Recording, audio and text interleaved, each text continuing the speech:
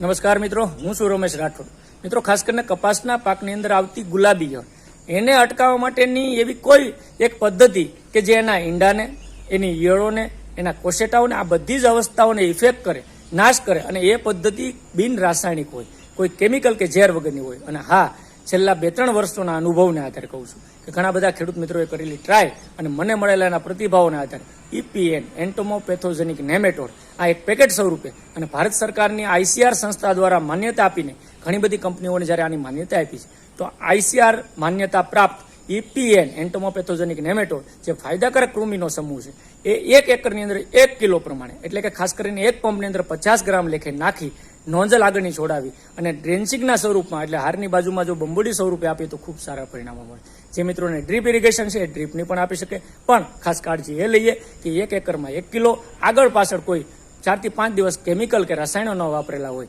એવા સમયે આપણે જમીનની અંદર આપી દઈએ તો એ ફાયદાકારક કૃમિનો સમૂહ આપણા પાકને અને આપણા કપાસને આ ગુલાબી ઈયળથી 100% સુરક્ષિત રાખી શકે. ખૂબ ખૂબ આભાર. ધન્યવાદ.